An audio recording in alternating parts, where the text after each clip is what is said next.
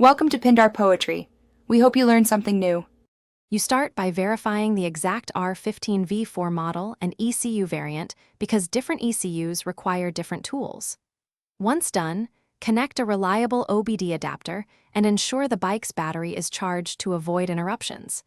Make a full backup of the ECU map immediately and store that file externally. This protects you if you need to revert.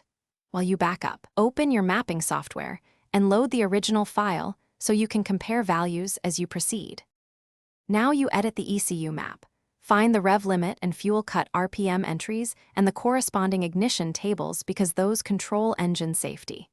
Change the rev limit in small steps, testing each change on the dyno or controlled run, typically increase by 500 to 1000 RPM at a time.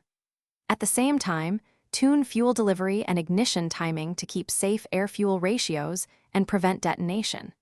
After adjustments, save a new map with a clear version name and notes. Finally, flash the edited map to the ECU using your adapter and confirm the write succeeded and checksums match, because a bad flash can brick the unit. After flashing, conduct controlled dyno or road tests while monitoring knock detection, engine temperature, and AFR. Make sure to validate the bike's behavior across the rev range.